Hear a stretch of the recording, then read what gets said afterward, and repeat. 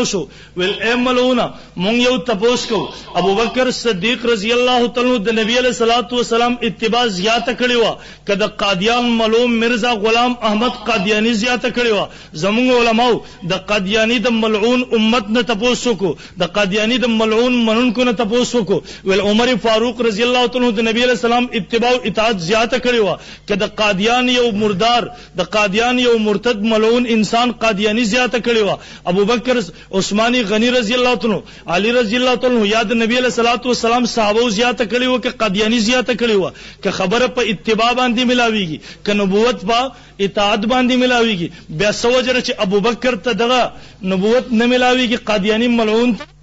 ساتي محترمو زمونږ مسلمانانو عقیده او نظریه داله زمونږ مسلمانانو نظریه داله نبوت وهبي سیز ده کسبي سیز نه ده یو انسان په ډېر عبادتونو سره نبی نشي جوړېدل